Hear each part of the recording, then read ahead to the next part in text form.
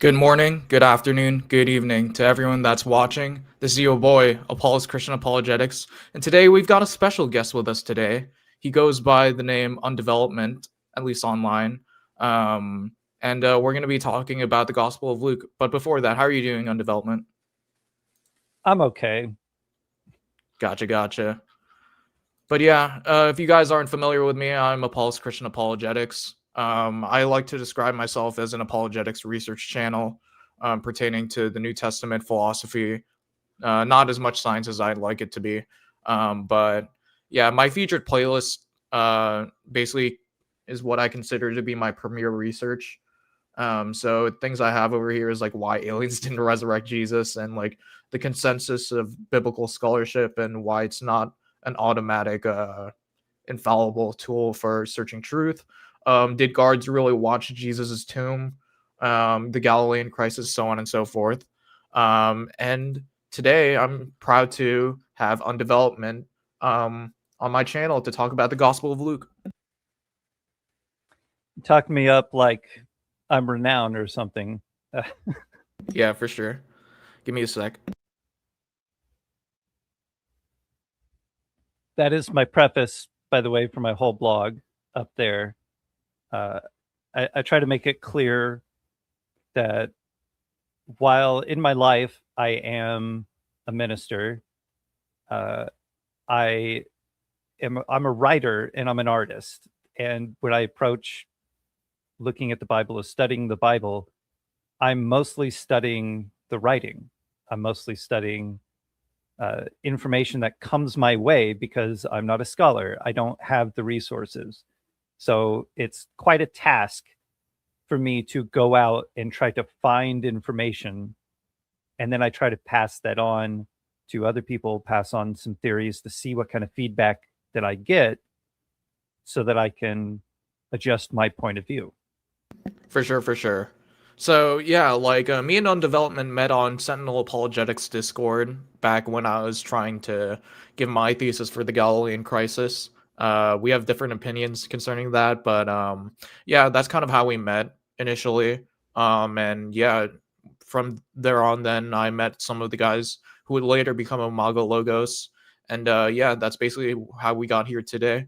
Um, so yeah, RJ Fui says, yeah, the boys. Roken FTW says, we'll begin shortly, which we did we indeed do. So yeah, so tell us a little bit about your background and development and I guess like why we should listen to you. Because I'm not biased. Um, That's a great start. yeah. It's because I was sort of not approaching any of this with something that was like taught to me like this is what you need to believe, because growing up I didn't like going inside of the church building. I kind of missed out on that. Today I feel like that was a detriment because I'm going back through and reading through the Bible, and a lot of this stuff could be secondhand to me, like just reading it and be like, oh yeah, I know about that. But I don't have that because I skipped out on that because I didn't pay attention to it because I didn't think it was important. But I think that there's also some slight benefit to that to me today with my hunger for the word, because I don't go in thinking, oh, well, this text is saying this thing that was taught to me. Not to say that everybody goes into it with that particular kind of bias, but I do see that a lot when I bring a theory to somebody. I say, hey, what do you think of this?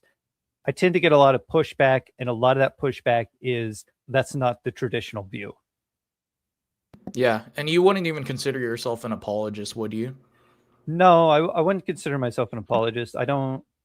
I will, in terms of what we are supposed to do in apologetics, defend my particular belief, but I'm not defending it from the point of view of saying like, this is what Christians believe, this is what I believe as a Christian, this is what you should believe.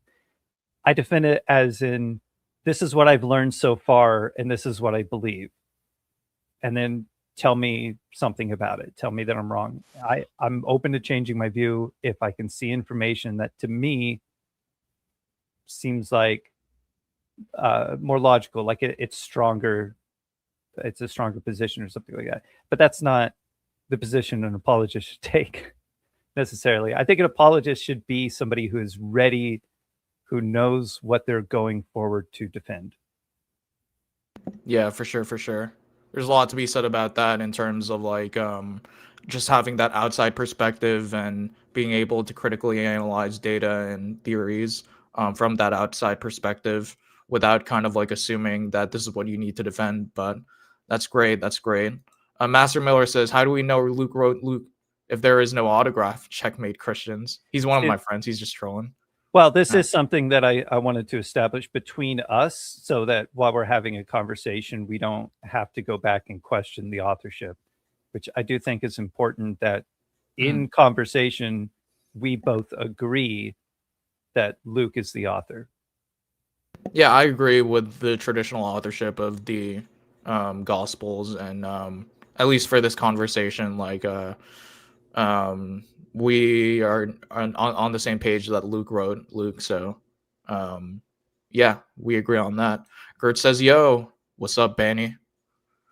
But yeah, like I guess we can start off with like what kind of motivated you to getting into like the synoptic problem and like dating Luke and stuff like that.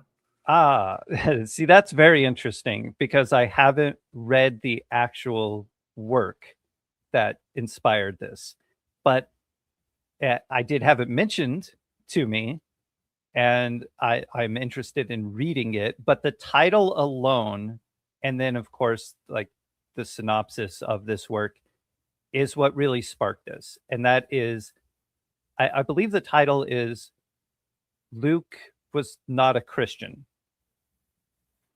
which is sort of a clickbait-ish title thing. What they're saying is that he wasn't a Gentile Christian. They're saying that he was Jewish. That's what the work is presenting.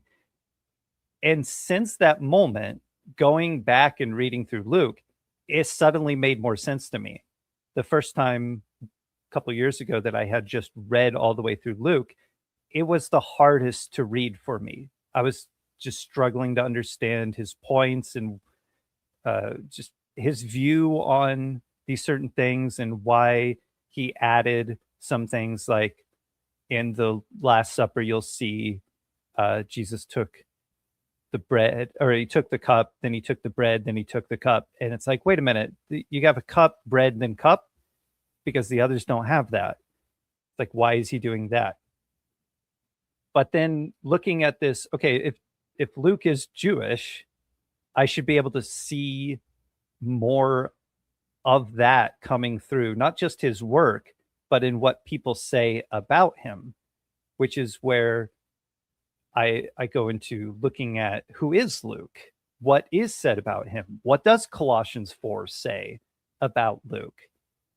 And that just got me going and going and going until I came to this thing, which was the recipient of his gospel. And I go around asking people, what does this mean?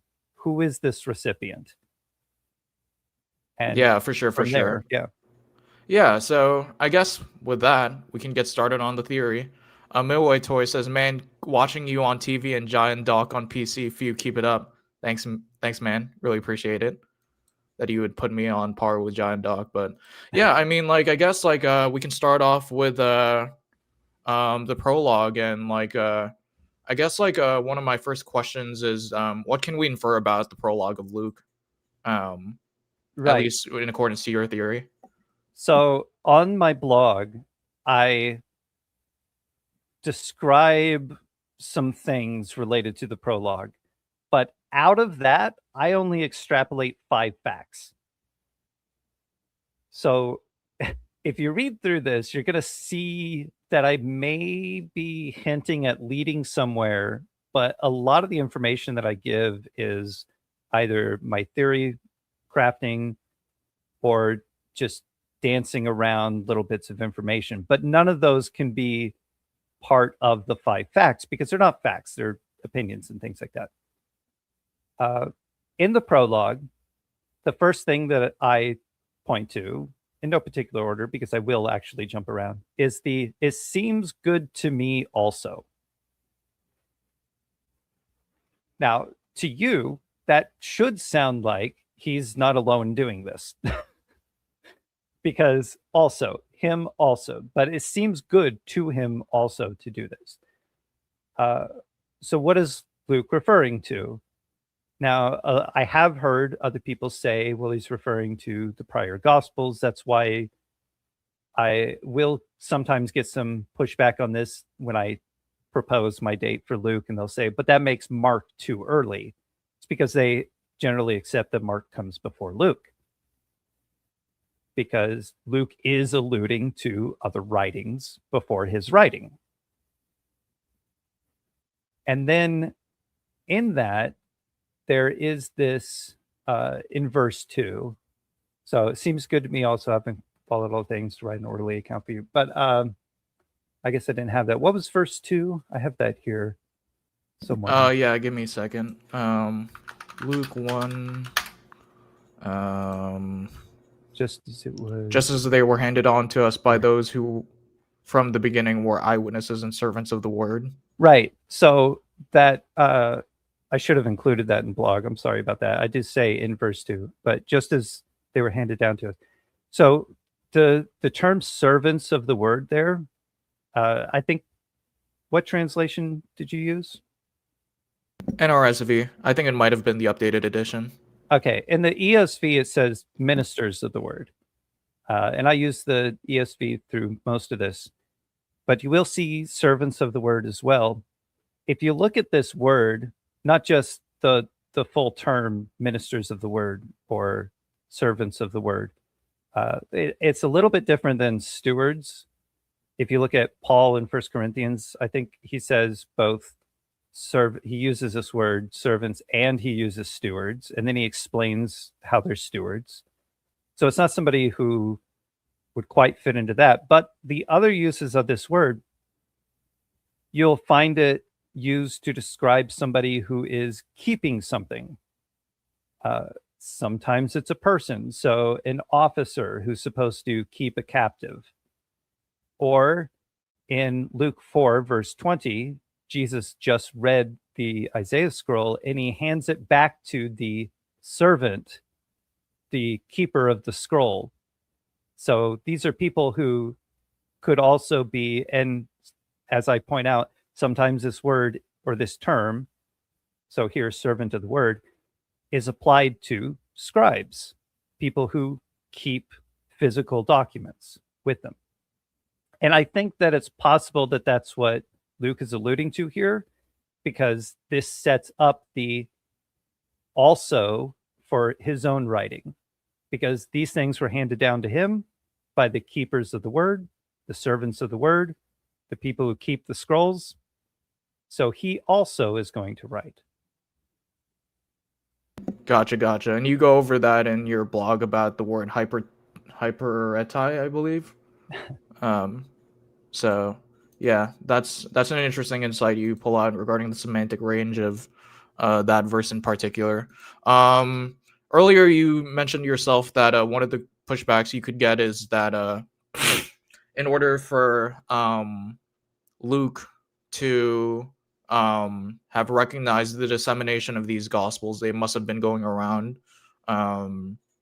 rather for a bit, which partly is your incentive for pushing back on Mark even further. So I guess before we get to dating, how would you preemptively I guess how would you encourage someone to be open to the idea that Mark's gospel could be written in the early 30s, especially in light of the early church's needs and what they would have been doing according to the book of Acts and stuff like that? Right. So in Acts, I think I mentioned this somewhere in the blog. Yeah, I do. So there's Saul, who is present for, the death of one of those that's preaching the gospel. They are under constant threat. Their lives are in danger. The reason that I hear that people kind of like push the dates back or say that they're comfortable with having the dates later is because typically when someone is near the end of their life, you record their words, whatever message that they have. So the Gospel of Mark would be Mark recording later in Peter's life or towards the end of it when he's older, his preaching, his gospel, his memoir. But only if you take Peter and John, because it's included in the last chapter of John, and you also accept that the last chapter of John is from John, only those two should have an understanding that Peter's going to be old when he dies. Stephen was killed. They are under threat. The community doesn't have to accept that, oh, well, you might not going to live long. Like, what are you talking about? Like, it seems a lot more urgent if they could die tomorrow to record their words today. By the same logic of, well, they're old, they could die tomorrow. So there's really no reason to say that it's late because they could die. Because they could die at any time. So I will apply that to say that I think that Mark is aware that there is a threat, they are in danger, and recording this is important. Yeah, for sure. That's helpful. So yeah, let's get a little bit more into your theory before we get into some more of these critiques. But yeah, you talk about identifying Theophilus as the high priest, and could you go a little bit over a little bit about how that inference is made? Right. So the author of Luke Acts is writing to a recipient that he identifies as Theophilus. I have heard Theophilus is, like a nickname for somebody, or it is just the church in general or something like that, or it's any convert or anything like that. But there's no support that I can find for this as a term being applied to anybody outside of this idea. Like, well, this is Luke applying the term. Well, that's circular reasoning to me. But there are people who actually have this name. It's only later that the name itself gets applied to other people as nicknames. So that you have this name as it's both a Hellenistic Jewish name and it's a Roman name, and you can find the evidences of very few people who actually go by this name. And one of those people, according to Josephus, is a high priest. And then we have a little extra thing, which is that this Theophilus isn't just a Theophilus. When he is addressed in the gospel, he is addressed with the title, Most Excellent, is how we translate that. But when he's addressed in Acts, the title's not there. So, of course, that piqued my interest. Like, okay, it's not just that there is a Theophilus, which I believe is applied to a person. If it's not the high priest, then we don't know who. But that doesn't help us narrow down a date. Because we don't know of all of the names of the Roman officials. There was a lot. But we don't know of any particular Roman official around the time that this should be written that would be the recipient by that name. We also don't know of any individuals within the congregation. But it's I think stronger that it's an individual, because Luke compares them to himself. He's addressing them as if they are a contemporary.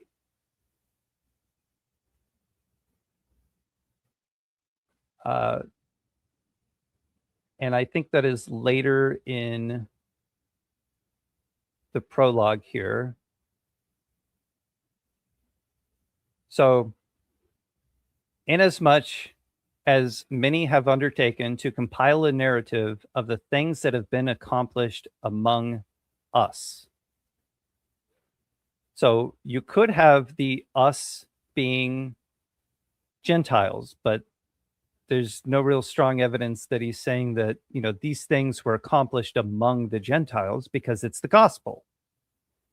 The thing that's in the gospel that was accomplished was among the Israelites. Go to the towns of Israel. So he's saying that the us here isn't just Christians, it's the Jewish people. And not only is Luke then, in a way, including himself in that which these things were accomplished among, but he's also including the recipient as one who these things were accomplished among. Gotcha. And to be clear, you're referring to Theophilus ben Ananias, or sorry, Ananus. Yes. As far as like the identification of the recipient of Luke's gospel. Yes. Gotcha. And there's support for this Theophilus existing in an ossuary that was found, I believe, in 2019, which lists Theophilus and then his son John and his daughter Joanna. Yeah, I see it right here. Right. The Joanna ossuary. Of course, I add in a little theory or speculation that I think it's possible that Luke, including the name Joanna in his gospel, is, a somewhat of an influence towards the naming of Theophilus's son's daughter. Gotcha. So could be. I mean, it could be completely unrelated because his son's name is John, and then you have Joanna. But still, it's an interesting thing that they are there coincidentally. So is it a fair characterization that the early dating for Luke is highly dependent on the identification of Theophilus? Yes. Okay, gotcha. And conversely, like if we were given reason not to believe that it was Theophilus ben Ananias, then the early dating theory wouldn't be as lucrative.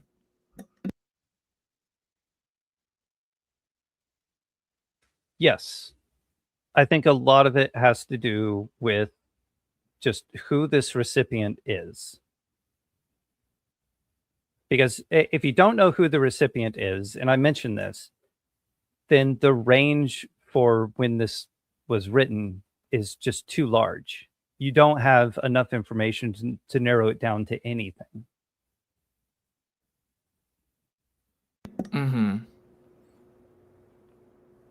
Okay, gotcha. So as you know, like in the Acts of the Apostles, most excellent is dropped within the prologue.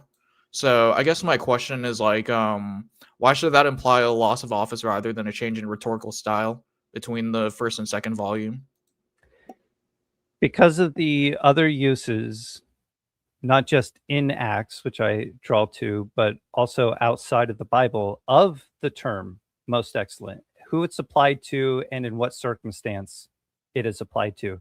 And unfortunately, we only have one somewhat okay use of this term outside of the Bible. And it's with a letter that I don't think I can pronounce the name of. Let's see, because I'll have to find that somewhere here. No.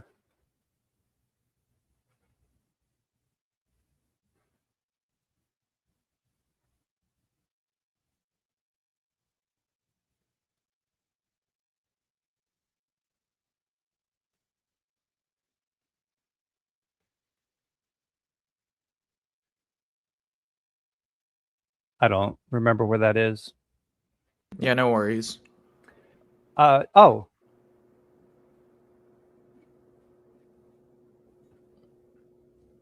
Diogenetus, I think, something like that.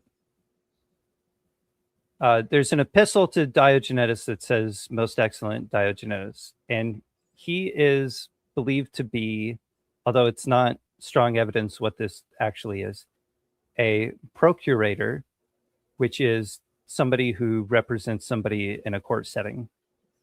So that's outside of the New Testament. But inside of the New Testament, we have in Acts 23:26 and 24:3, there is a most excellent Felix. And in chapter 26, verse 25, there is a most excellent Festus. Now, the first most excellent Felix is Felix the governor. And you can see this in Acts 23:24, 24:1, and 24:10. So that's Felix the governor. And he is in the capital city of Caesarea of the Roman province in Judea, circa 52 to 59 AD. So this is in Acts. This is pertaining to Paul's trial. The second most excellent, Festus, was the governor that replaced Felix from 59 to 62 AD. Both are given the title as being called governor.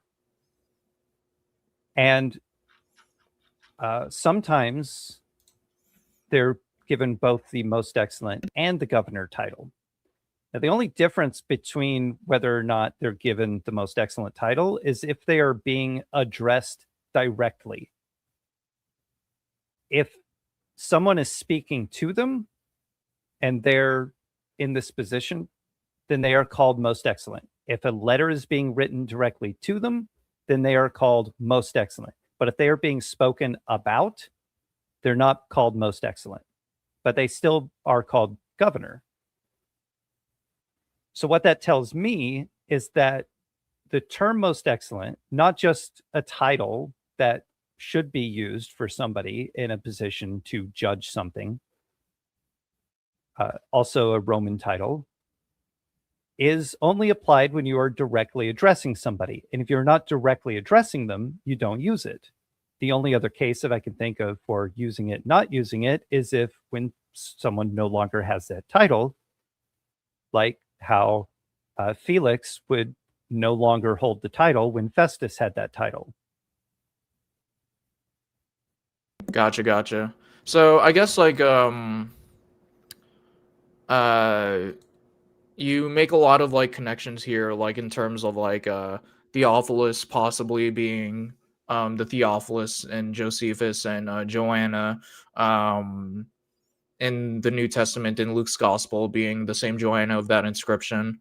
I guess like not being the same Joanna, but possibly the Joanna in the Gospel inspiring the naming of the granddaughter Joanna.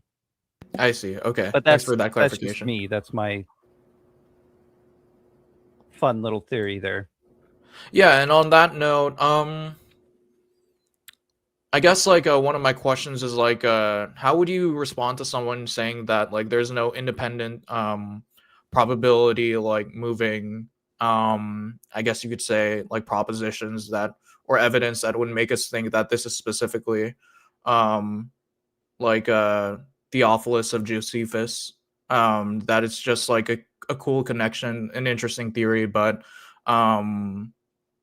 nothing in terms of like independent probabilistic support that would warrant that.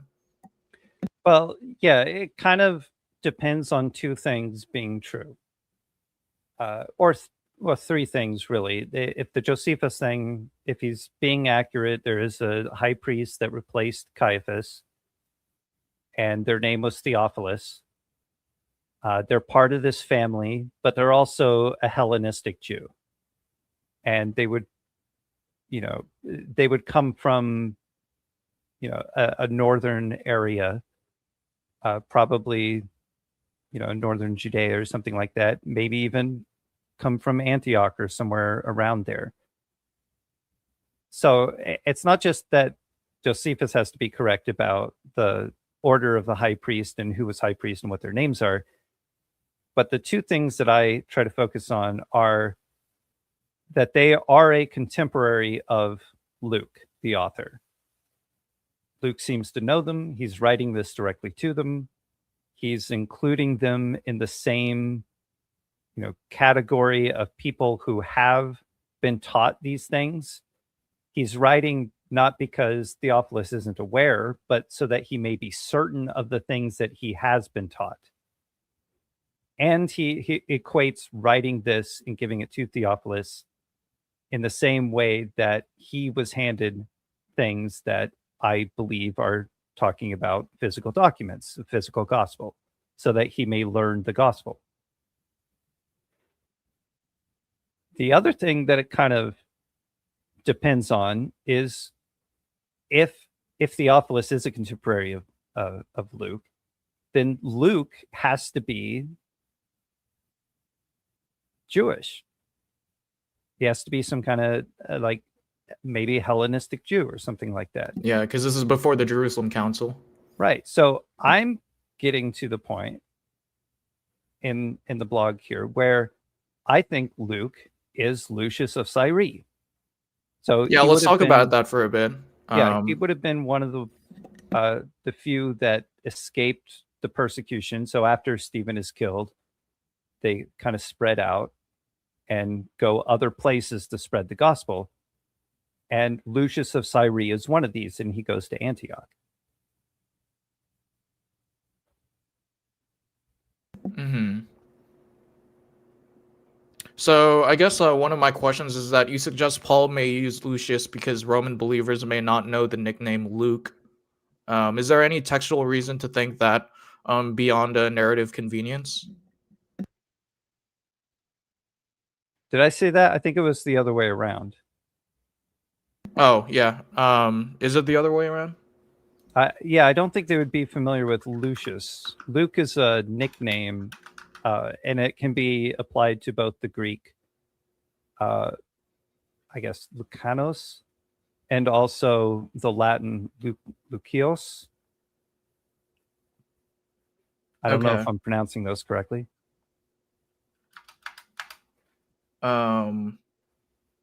Well, I might have it wrong here on my notes. Okay, I say nickname. It's like an abbreviated form.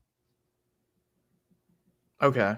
So my thought is you have people, Paul, for example, when he is in this position where he's like a Pharisee and he knows the law and he's persecuting these believers of the way, believers of Jesus, he goes by his more Hebrew name, Saul. Mm-hmm. But his Greek name is Paul. So those are the same name. And when he is reaching out to the Gentiles and the Romans and things like that, he's just going by Paul. And I think Luke himself, early on, before he's really interacting with Paul, and they're going under these names that would be easier for a different audience, is in Acts calling himself Lucius. Until the we passages show up, he doesn't start using Luke. So it just seems like, okay, now that I'm traveling with Paul, I can see that not only has this person who I was once afraid of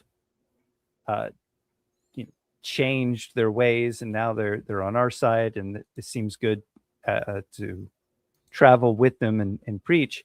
But also he's going by this name that is more comfortable to the audience that they're reaching. So then Luke would also follow suit and use these nicknames, sort of like also how you will find John, who is called Mark, going by Mark.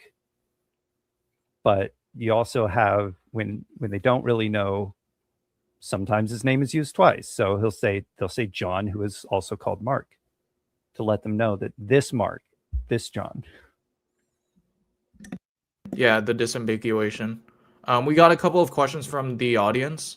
Master Miller says thoughts on the Joanna ossuary. I think you kind of addressed this a little bit, but feel free to expound a little bit more, given the question. That's kind of a tough subject. So you had the wiki up, right? Yeah. Somebody, and I think we all know who, had changed a line in the wiki, and the sentence no longer made sense. But they had changed something to say this in no way gives any evidence or any inkling of information or something as to the identity of Theophilus in the Gospel of Luke. And we actually went and changed that back to its original because we could see the history of what it was before it was changed. And the original made sense that it actually is a clue as to the identity of the recipient of Luke Acts. And I'm not sure if it changed again. Yeah, there's Nice. Oh, some excellent Redditor out there, probably going by many aliases. Which one is it? It's got I don't want to name them. Okay, fair enough. I mean, if you know, you know. Okay, fair enough. But yeah, that answer is who changed it, lol. Alice Vanity. I guess I'm just out of the loop. But yeah. We got one from Roken. What is the second best guess on when Luke is dated if the 37 to 41 AD date is incorrect? The second best guess, I'm under the impression that it would be as late as 50 if I were to really stretch that. And the reason for that is that the trail in Acts does seem like the writing has a shift where Luke is actively writing parts of it while he is traveling with Paul. There is a very loose off-strand evidence for the naming of a sea and how when they're sailing through it at the time period, it was named like the boundary of the sea name, the Northern Sea, is much more southern during the time, but not long after that border gets changed and it shrinks, it recedes north where that border is. And so they're sailing through that. Wouldn't make any sense if he was naming it the Northern Sea name. That's something that I don't even touch on because, like I said before, I don't have those kinds of resources. I can't actually put all that down. But there is a thread out there that I think, not just the wee passages, but there is, like historical documentary style of we're doing this at this time. But it's more like, journal writing. Once something was accomplished in a week, Luke has time to sit down and write. The thought that I typically hear for the writing of the gospel is that Luke, while awaiting Paul's trial in Jerusalem, is going around and investigating and gathering information and witness statements. But by his own prologue, that's not the case, because he says he has followed these things for quite some time. It's like, if he's just now deciding to investigate, well, that's not quite some time. So there is a period of time that must exist that could constitute quite some time of having followed. And he says followed closely. And then there's a period of time where it's too late to say, because then you're thinking, you have to craft this idea that, well, he wasn't aware of it until, very close to when he was writing it, but that's not what he says. So I don't think it was that he was writing his gospel while he was in Jerusalem, or he was investigating it while he was in Jerusalem. and finding out all these things. I also think it's possible that he was a witness to Acts 2. So I don't think he wrote Acts 2 when it happened, obviously, because the gospel comes first. But I do think that having been a witness of those things, and then while he's in Jerusalem awaiting Paul's trial, that's when he can go and investigate the other parts that are included in the beginning of Acts. And then later on, he adds in the things that he was present for, that he had probably already written. So I think as late as 50 for when he would have time to write it. Because after that, Theophilus still has to receive this. That's another thing. If it is the Theophilus that I'm thinking, he's a recipient of this. He's already received one thing. He's probably curious as to what's been going on since then. I would imagine. I hope. I was in a conversation with some people, and they were saying something about, once you read through Mark, what then? Because it has this abrupt ending, and it's like people want to know what happened next. And I said, so did Luke, because he writes what happens next. I guess I'm more in the position that I am objecting to the ideas that there is a mindset of, oh, I have to wait till I'm almost dead. Like, that just doesn't make any sense to me. This is not something that people are hesitant to record. This is not something that people are, keeping secret as it's laid out in Acts. Peter talking about, how could I not preach this? The people who were arrested were out preaching, and it's like, arrest them, send the officers, send them back in. It's like, we can't help it. So just the idea, everyone's under threat. People are being killed. People are being arrested. There are real trips in separate locations from all these people that are involved. And some of them don't have all of the words that come from Peter. So how do you take Peter's words with you? How do you take the gospel with you? How do you give the gospel to someone else? How much time do you spend having them memorize what you are saying to them? And how much easier it would be and more urgent it would be to record it now rather than, oh, I'm old and I'm dying, when you know you're under threat. That's just something that, sorry to talk in circles, but it just irritates me to think that people are trying to push the dates back sometimes because, but they were just living their lives. They had so much time left. Like, no, they didn't. Yeah, that's a fair point you bring up. I guess one of my questions is, we kind of touched on it in terms of why they would write a gospel to begin with, but I want to ask a more pointed question. Do you think that these gospels played any liturgical use, in terms of their Sunday worship, or what were they used for, within these these Christian communities? Who was it? If you know, if you don't, I'm sorry. It's a famous name and I should know it right offhand, but I don't. Who was it who preached all the way through John's gospel? And it's an early church father, but it's I say early church father, it's 3rd, 4th century.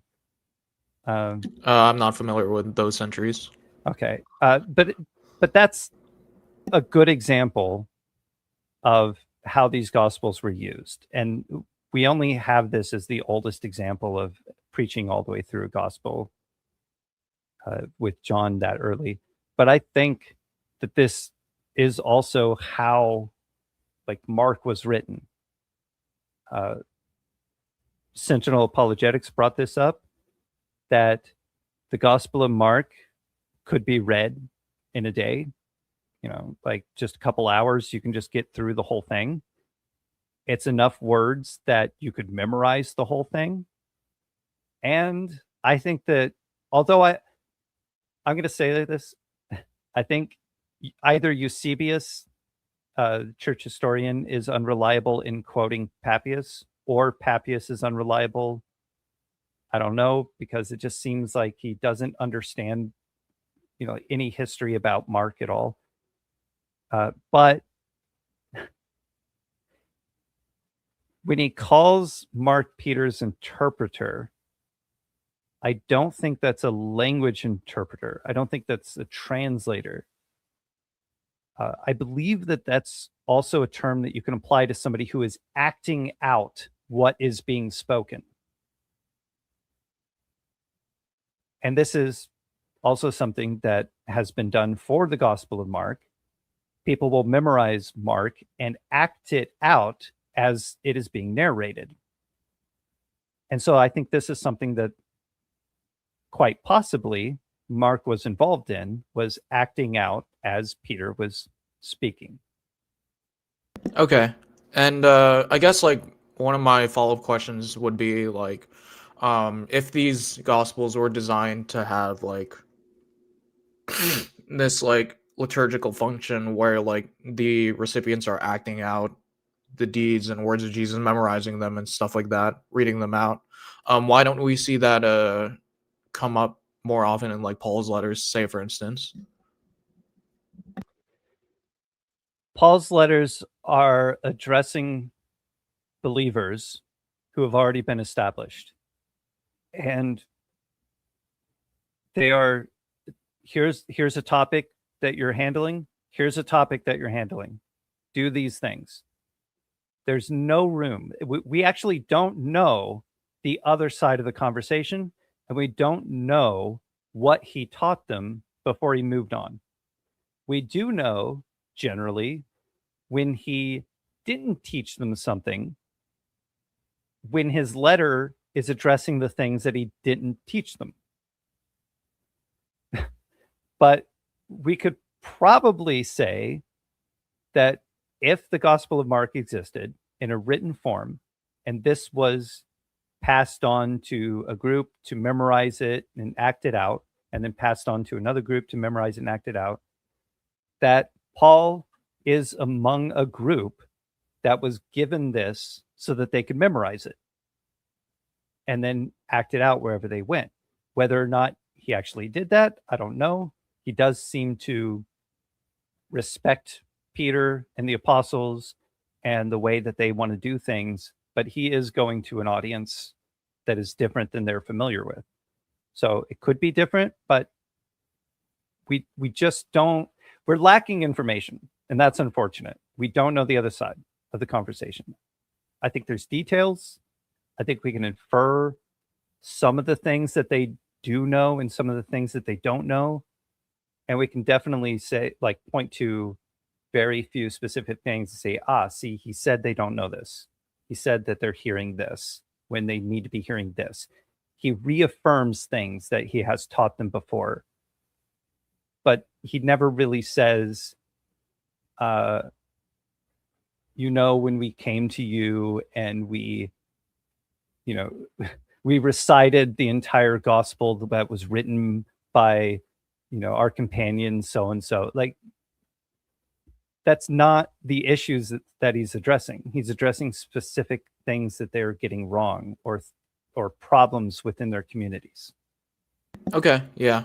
And I think that's a helpful reminder in terms of like the sparsity of like data we have just from the ancient world in general, that we as historians have to be cautious. So that's a helpful reminder just in general. Koopa says, what if the second best guess is around 180? And I'm assuming he's referring to the works of like Steve Mason and like how like Luke Acts apparently uses Josephus and stuff like that. Do you have any response to that? I generally don't entertain the idea that Luke uses Josephus, because it just seems it's fallacious. when I looked at that, I said there's no more evidence to say that Luke uses Josephus than there is to say that Josephus uses Luke.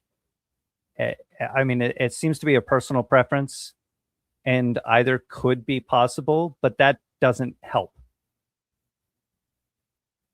I'm looking at positives as much as I can. Anything that can actually point me to a date, not things that I have to take a side on. Yeah, for sure. I take the position that they both use a common source, but yeah, he also says, maybe you've covered this, but what are the implications for the dating of Mark under your view? The implications, as I mentioned, is that either Eusebius or Papias is unreliable. That's basically it. I don't think there's Yeah. anything else that extends to. There's nothing theologically different about any of that. You can learn the same stuff from studying Mark that you can thinking that it was early as you can thinking that it's late. Yeah. And just for clarification, you're not necessarily disputing, or maybe you are disputing, like the authorship of Mark and its connection to Peter, but primarily what you're saying is if this theory about Theophilus is true, then Mark would have been way earlier than the report that's given by Papias in terms of like Peter dying in his old age. Yeah, and I would say that something that I have no connection at all to knowing is how they viewed the passage of time during any length of time, what they considered within a measurement of time, a long period of time or a short period of time. Would they have considered Jesus' ministry a long period of time? If it was, especially if it was only like 3.5 years, is that a long period of time? Could then 3.5 years afterwards be a long period of time? So when Luke says he's studied all things closely for some time, is he referring to 3 years, 4 years, 5 years, 10 years? I don't know. We'd have to understand what they consider, like what's a long time. I don't know. How does Paul describe his time, between being visited? Yeah, for sure. We got some stickers by Alpha Omega 2033 AD. Hopefully that doesn't mean anything specific. Master Miller says it could just be common knowledge that these two historians are drawing upon. I agree. Roken says if Luke is 37 to 4180 and Mark came before Luke, then Mark would be very early. Yeah. We covered that one. In terms of like the implications that Koopa was asking. Okay. So yeah, I mean like I guess this is gonna turn out to be like a shorter interview than most, but well, yeah, I mean, I still have some more things tracing the details throughout what we've discussed, but tracing the path of Luke and his connection to Paul, and again the Colossians 4 thing, because I'm not alone in any of this. You will find support for probably everything that I say, except for when I specifically say this is a theory of mine. You will find support for a lot of these things then in other scholars and other historians and things like that. But one of the things that I want to point out there is that the Colossians 4, the group of people that Paul mentions when he's saying, these people are with me. Yeah. He mentions this group of people, which John Mark is one of them. And they are called the circumcision party. But you will find translations turning this into of the circumcision. So they leave out that this is a group of people that are associated with the term circumcision. Now, if you know what the circumcision party is, and also, again, Paul will mention that, John Mark, who gave you instructions, treat him well. that John Mark being part of the circumcision party means that he was telling the Gentiles that they need to be circumcised. Luke's not included in that group.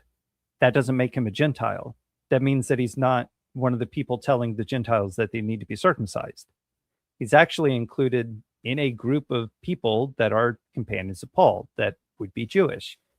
And I do mention that there's maybe one person that Paul mentions that would be a Gentile convert that's with him, and because he equates this person with the people that he's writing to.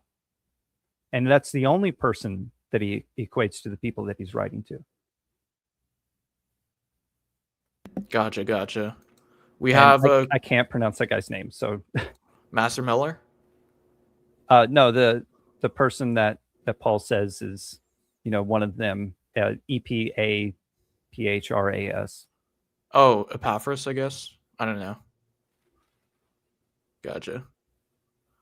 Yeah. But Master Miller says the apostles and the followers of Christ were Jews. Wouldn't we expect literary work relatively early from them, given they are from a literary-driven culture? I think that's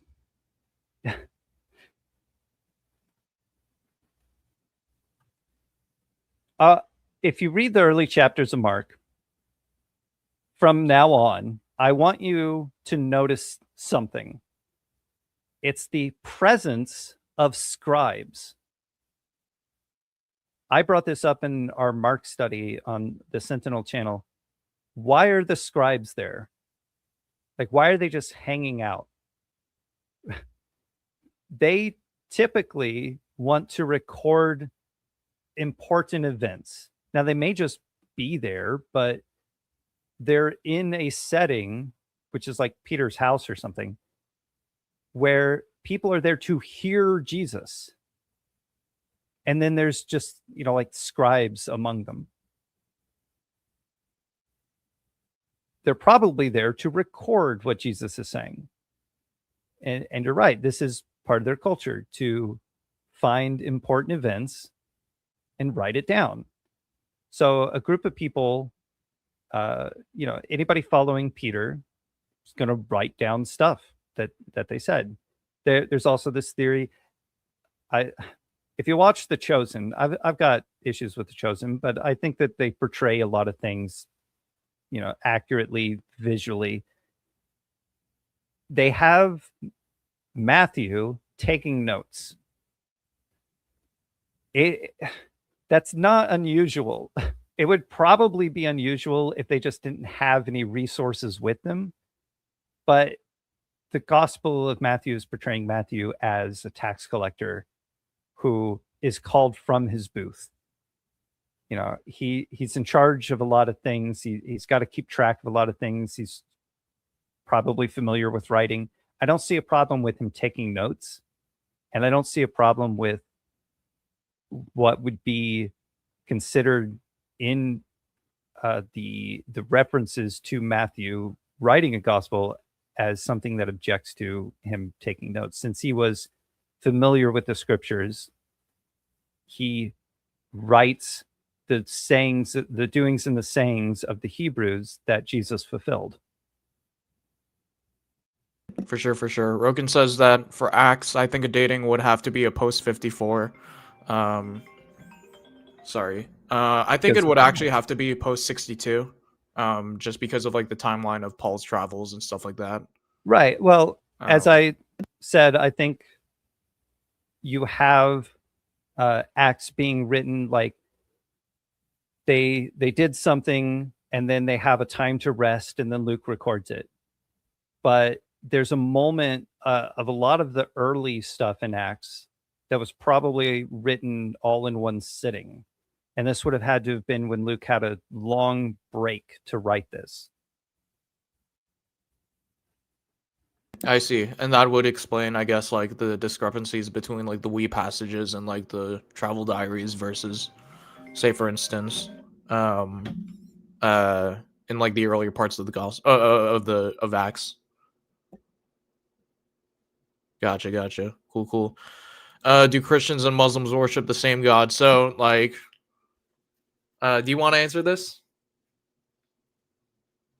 I can go first if you want, but I think I'm not gonna say anything in terms of like revealing my denomination. Why does this person keep calling me? But yeah, like as far as like Steele Manning the Catholic case goes, I think that you know semantic theories of reference do depend on context. So, and you do see this tradition even within the Gospels and Acts themselves, where they say that um, the unknown God is the same God that is Jesus. Obviously, they don't worship him in the appropriate way. Um, that's necessary for salvation, but just because you worship the same God, quote unquote, doesn't mean just because you have the same referent, hypothetically speaking, doesn't mean that it's an acceptable form of worship. That's basically how, and I agree with that Steel Man of like Trent Doherty's case during that whole debate between Greek Orthodoxy, Jay Dyer, and yeah, that whole debacle. But as far as like my personal answer, I won't say anything because that would reveal my denomination. So, what about you? I think that the God that Christians worship is described in the Old and the New Testament. And if you're a group of people that denies that the Old Testament contains the truth of the people that wrote it, then you are not worshiping the God that they described. For example, the God that gave Moses instructions that Moses relayed to the people in Deuteronomy 13 and Deuteronomy 18, which is about prophets and whether or not to trust a prophet and whether or not they came from God. They do not follow this. They do not follow the God that gave that instruction.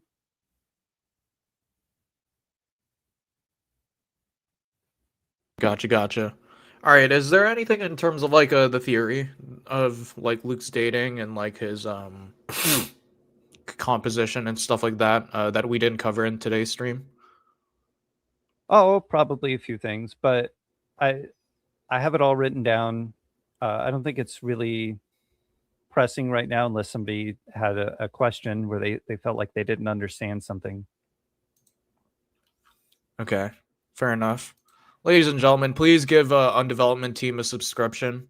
Um, say thanks to him for being able to put some content out here over here on Apollos Christian Apologetics. He makes a bunch of skits like his last video, which wasn't his last video. He told me not to advertise his YouTube channel, but I did anyway, just because I just wanted to show thanks. He also has some like lectures, it looks like, on some biblical topics outside of just some skits. So yeah, some serious discussions. The algorithm is a lie. But yeah. That's satire over there. Yeah. That flat Earth confirmers. That's satire. Don't. Yeah. Undevelopment Team is a winner, says Roken. All right. Any final thoughts in terms of like I guess like the stream and like where you hope this theory would go? I hope to get a lot of feedback, some questions, and some references to things that I'm not aware of. If you want to give me pushback, that's fine. I'm used to being called a heretic for various reasons. But I don't take this as, this isn't a hill that I'm going to die on. This is where I'm at right now. And I'm okay with changing my mind. As somebody who had a eschatology that I disagree with, they said I'm open to changing my mind midair. Yeah. So it's like anything that I learn, I'm going to use that information and I'm going to do my best to discern it. And so I welcome that. I would like if people are open to it and they want to see more, talk about some other topics. Mark, for example, I hinted a little bit at some of that and some things that I could mention in Mark. I don't know. There's plenty of things to talk about that I'm studying. Just can't think of them right now. Yeah, and as far as the theory goes, like I don't think that personally. I don't think that the identification of Theophilus would warrant an entire paradigm shift for like a day change and like saying that Papias is unreliable and stuff like that. But it's definitely worth considering that the case for Theophilus being a proper title seems to be stronger than I thought. So there's that at least. Yeah. So I ended that blog, by the way, with this is just a possibility and there's little evidence to support it directly. I'm not above like putting it down at the end saying, well, yeah, for sure. And for what it's worth, like I don't think it really matters whether or not Luke is written in like the 30s or 40s versus like the 60s or 50s. As long as they're written within the lifetime of the eyewitnesses by the eyewitnesses, that's ultimately what matters. I mean, I would trust Luke exactly the same if it was written in 100 as I would if it was written in 37. Yeah, for sure. All right. I gave you a little bit of a shout out. Be sure to check out my socials, guys. Rogan FTW, yes, but nuances, a lot of nuances. Yeah, but thank you all, you guys, thank you all for watching, and we'll see you in the next one. So yeah, take care, everyone. You made it to the end of this video. If you enjoyed it, please consider becoming a Patreon member for Apollos Christian Apologetics. Your partnership helps with creating original Christian apologetics research, gets you exclusive access to videos, and more. Want to catch me personally online? Well, feel free to join our Discord server. But in any case, Christianity is true, apologetics is base. This is your boy Apollo signing out. Peace.